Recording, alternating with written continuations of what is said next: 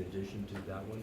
And these are issues around human genome, around the precise personalized medicine issues. It's around issues of the effectiveness of vaccinations and the risks of vaccines. It's these kinds of science issues are equally important, and we've got to have, from my perspective, you've got to have good scientific information that people in decision-making roles appreciate.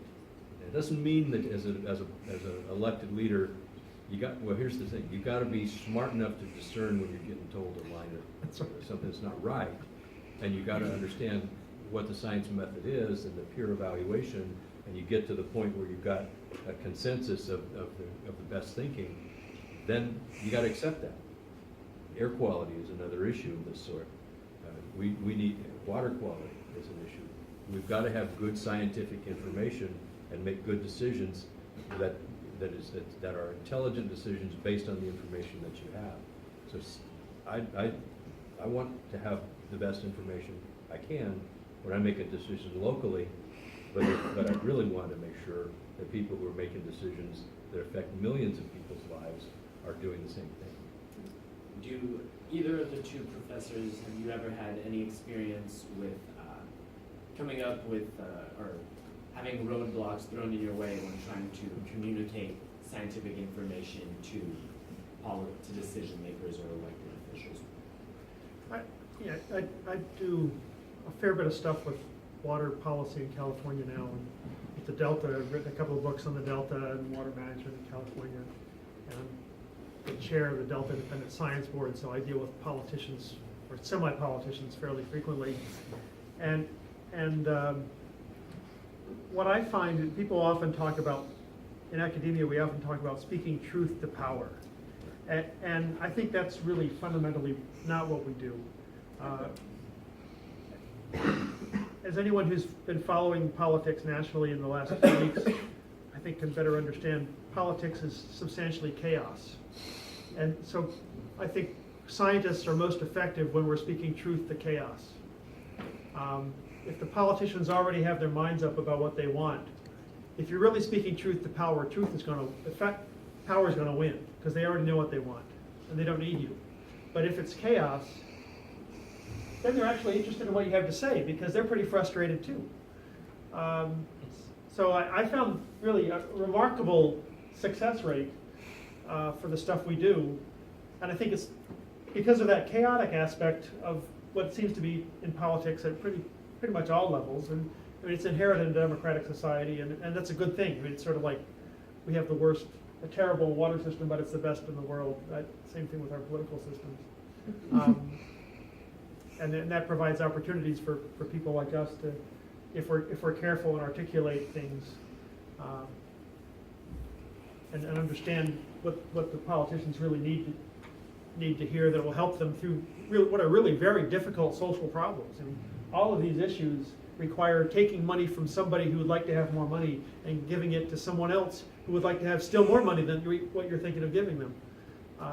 That's just the nature of human society and game theory. So continuing with this idea of California infrastructure, what are other infrastructure challenges being faced by the state? Supervisor Studies spoke about roads, etc. And do those compete with water infrastructure efforts as these issues rise to the top of the political? I think transportation issues on a broader scale, outside of my little parochial, County Road 29 issue, we're working now on issues around the Capitol Corridor, the passenger train that goes from San Francisco to Chicago, in this little segment of 180 miles or so that's right in our region. And we're looking at issues, because this is a big deal. If you get on Interstate 80 now, you're basically going to be parked on a lot of segments. So we want more people to get on passenger rail. In order to do that, we've got to take the freight off of those same rails. That means building a whole new right-of-way, probably.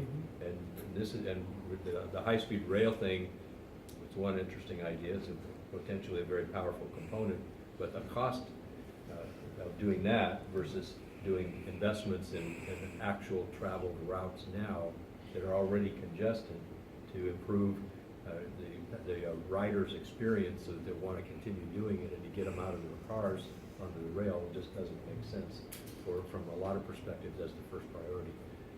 So rail service, commuter service, better bus systems.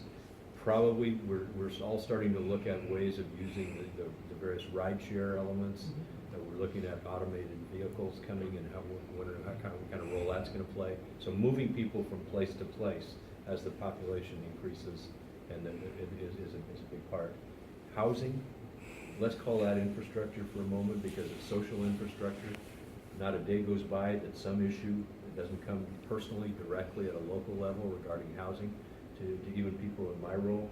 And if you think statewide, we're hundreds of thousands of units short of the current population.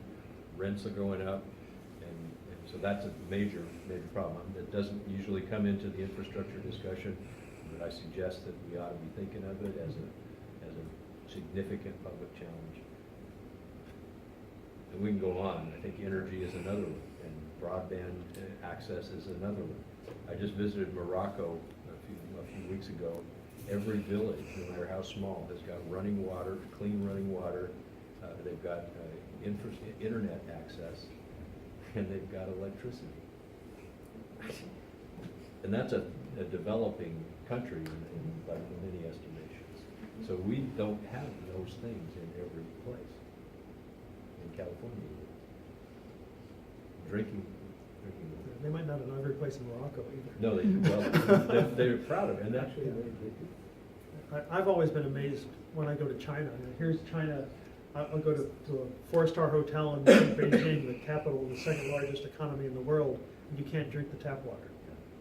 You know, we've done some things very well here, but we still have some. We're not 100% of the way there, even with them. We still have about 2% of the population of California that doesn't have what we would consider to be safe drinking water. And the pollution in China is. It's horrible. It's The air pollution is It's just horrible. fog. It's just fog. It's much worse than anything we ever had in North, in California. Our next question will be, how may the current federal administration affect water management and infrastructure development in California? On the water side, I don't see too much effect for the big California water issues. The federal government has basically been AWOL from California water, taking initiative in California water for the last 2 administrations, Republican and Democratic. So I don't see so much there. For transportation, probably quite a lot, especially if they decide they don't like our sanctuary stuff. The federal transportation funds is the biggest way that they have to put a noose around any state, which is why the drinking age in all states is 21. And the speed limits. And the speed limits are standardized as well. There's a potential that the administration could focus on transportation as a way to make an investment in infrastructure. That the idea this could be a win around jobs, around an investment in a necessary infrastructure system. They could penalize California, but they could also. That's true. It could also be a benefit of this. There are people who say we ought to look hard to find ways to work in the areas that the Republican administration has prioritized. Well, I'm waiting for one of those that looks like a possibility. This may be one. Thank you very much. We will now be opening for audience questions. So if you have any questions for any of the panelists in